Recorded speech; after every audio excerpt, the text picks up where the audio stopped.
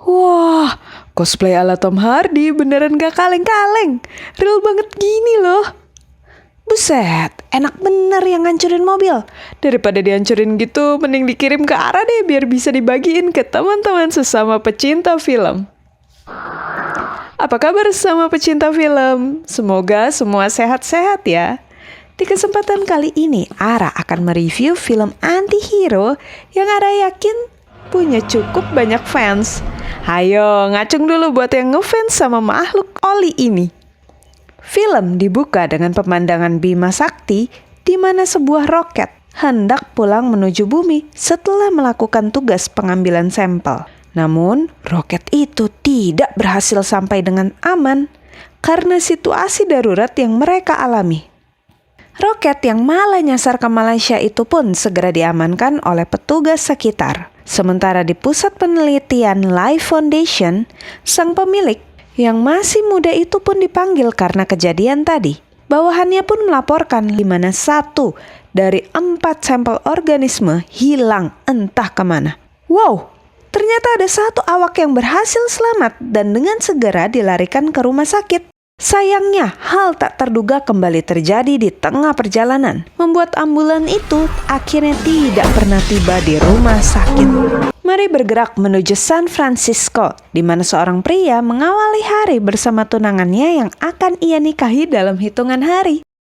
Pria yang ternyata seorang jurnalis itu terkenal kerap meliput topik-topik sensitif dalam programnya, The Eddie Brock Report. Di kantornya, ia disapa oleh temannya, Richard, dan segera menuju ruang atasannya.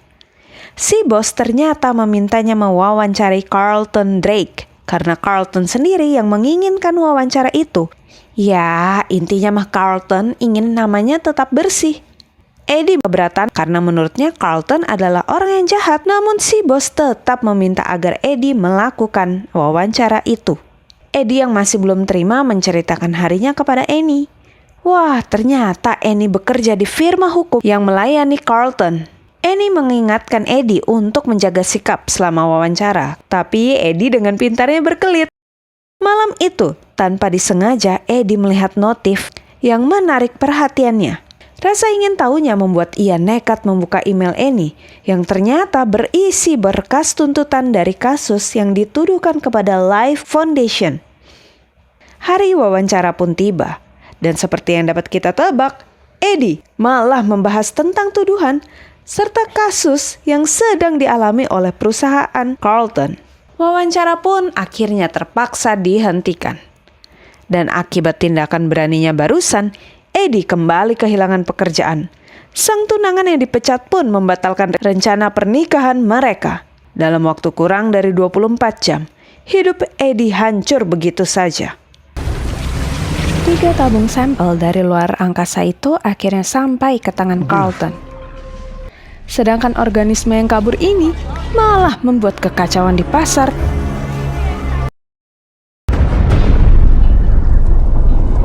Dan kembali berpindah tubuh. Tanpa terasa, 6 bulan sudah berlalu. Penelitian atas sampel yang disebut simbiot itu terus berlangsung. Fakta bahwa mereka membutuhkan inang untuk bertahan hidup membuat Carlton nekat memutuskan untuk melakukan uji coba pada manusia. Di waktu yang bersamaan, kita akan melihat kacaunya hidup Eddie yang masih saja bersikap baik kepada wanita ini dengan membayar koran yang seharusnya gratis.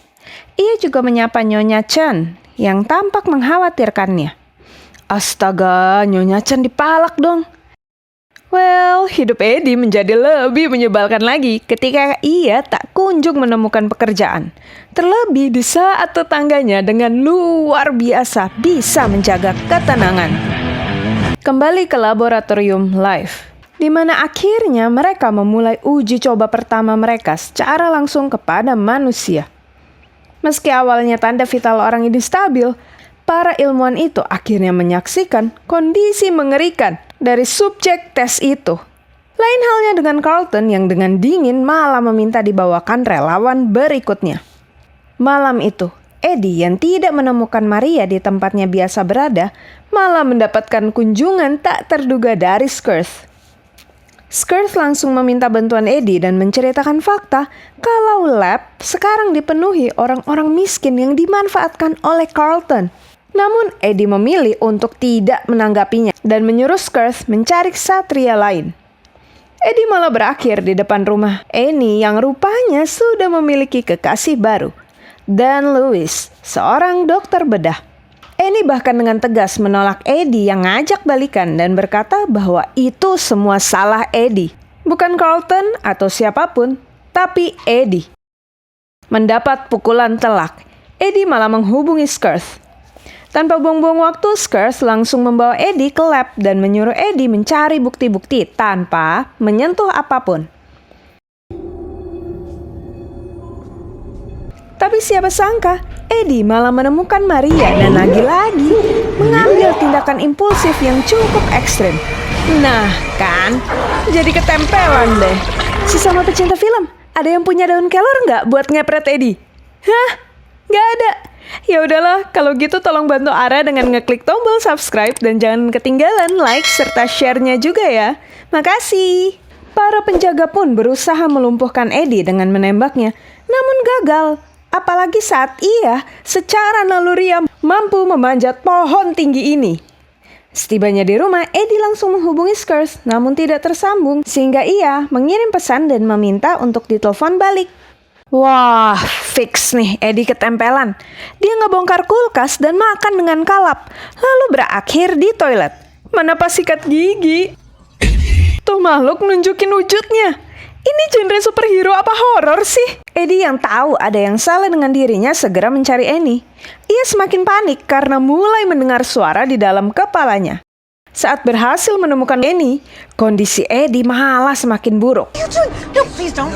Eddie, please. Dan ternyata kekasih baru Annie baik ya. Ia berusaha menolong Eddie. Eddie berakhir di ruang MRI karena Dan berniat memeriksanya. Wow! Tanpa diduga, Eddie memberikan reaksi yang mengejutkan. Selayaknya dokter yang baik, Dan menenangkan Eddie dan menyuruhnya untuk beristirahat. Yah, Maria meninggoy. Carlton auto ngamuk pas tahu perihal pembobolan ini. Dan dalam waktu singkat, Trish, kepala keamanan Carlton, dapat melacak kalau Skirth terlibat dengan kejadian semalam. Saat Carlton berhasil membujuk Skirth untuk mengatakan siapa pembobol malam itu, tanpa ragu, Carlton menjadikannya inang bagi simbiotnya yang lain. Eddie yang berhasil tiba di rumah meski terus mengalami keanehan ditelepon oleh Anne dan Dan. Mereka menjelaskan bahwa ada parasit dalam tubuh Eddie. Lagi-lagi suara misterius itu muncul, bahkan ikut campur dalam pembicaraan mereka. Sehingga Eddie terpaksa mengakhiri sambungan teleponnya. Tak berapa lama Eddie kedatangan tamu, namun anehnya suara dalam kepalanya melarang Eddie membuka pintu, yang tentunya diabaikan begitu saja. Nah kan bandel sih, udah dibilang jangan malah tetap aja dibuka. Puncaknya adalah ketika orang-orang itu kompak menyetrum Eddie, sehingga makhluk di dalam tubuhnya memutuskan untuk turun tangan.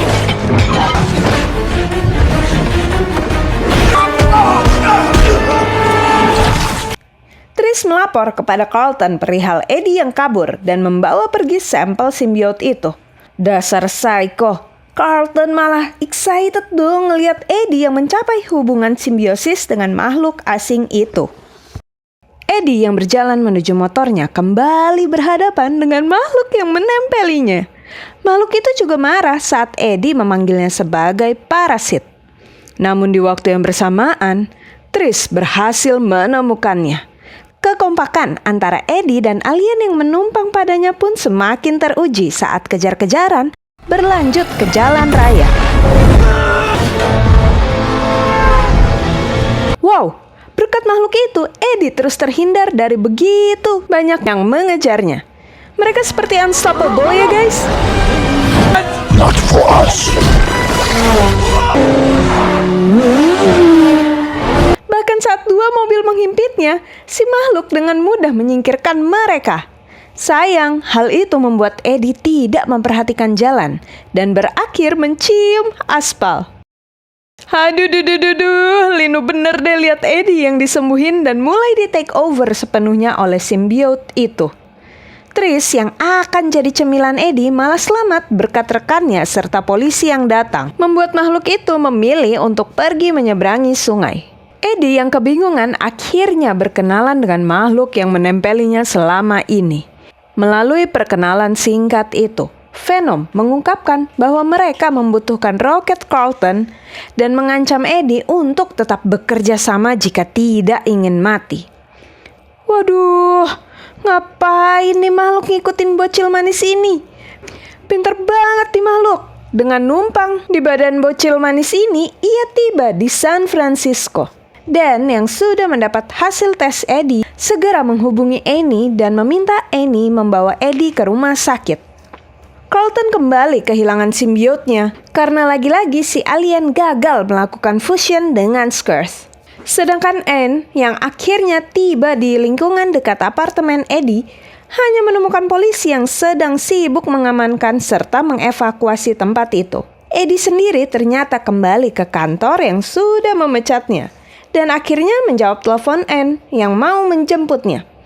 Eddie menolak dan belum sempat ia memutus sambungan, Eddie kembali bertemu dengan Richard. Tapi Richard terpaksa menghadangnya karena tidak mau kehilangan pekerjaan. Di luar, Venom memberi solusi bagi Eddie. Buset, ekstrim amat solusinya. Pas lagi enak-enaknya nangkring di atas, ada pesawat lewat. Untung aja Venom masih sigap menolong Eddie. Ya ampun, ternyata Eddie mau ngebeberin bukti yang ia dapat ke mantan bos sekaligus temannya itu. Setibanya di bawah, Eddie disambut oleh banyak orang. Sambutan yang meriah itu auto menjadi pesta bagi Venom.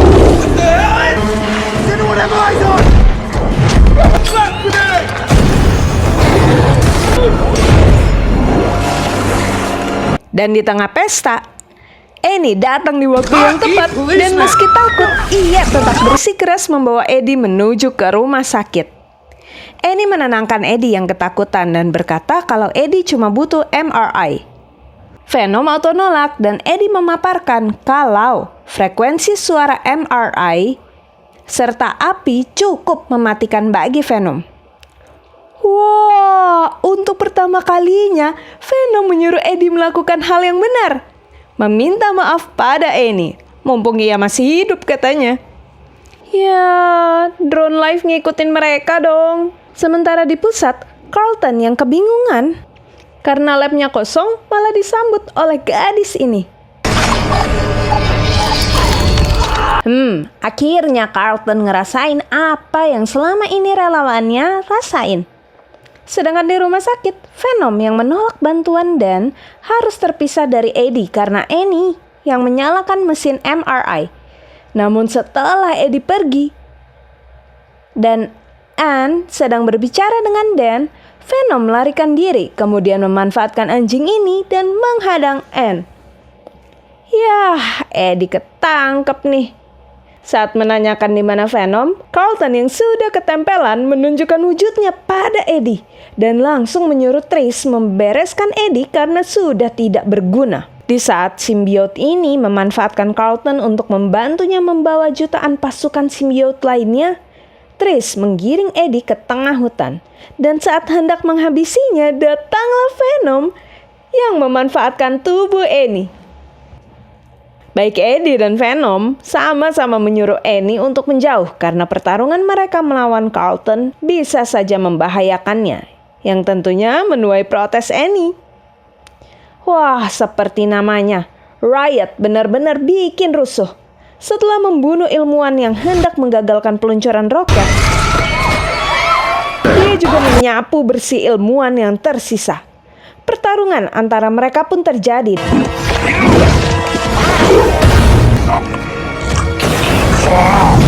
Dan tak heran ya Riot menjadi pemimpin. Dia kuat banget dong. Venom dan Eddie main dilahap begitu saja. Wah, big thanks to Annie yang kembali memanfaatkan frekuensi suara.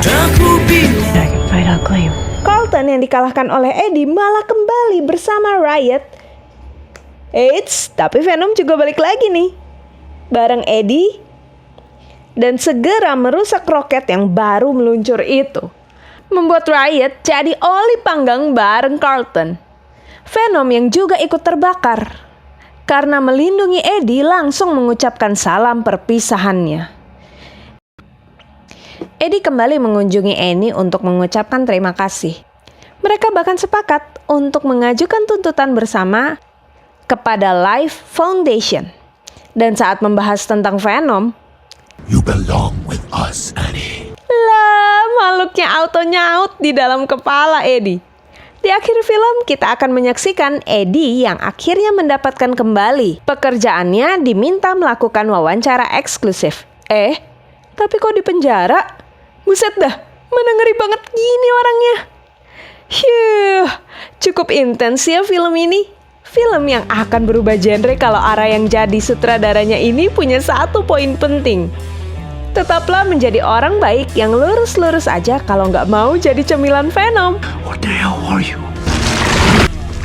Dan seperti Eddie yang akhirnya mendapat penyelesaian atas masalahnya, kamu juga pasti gitu kok.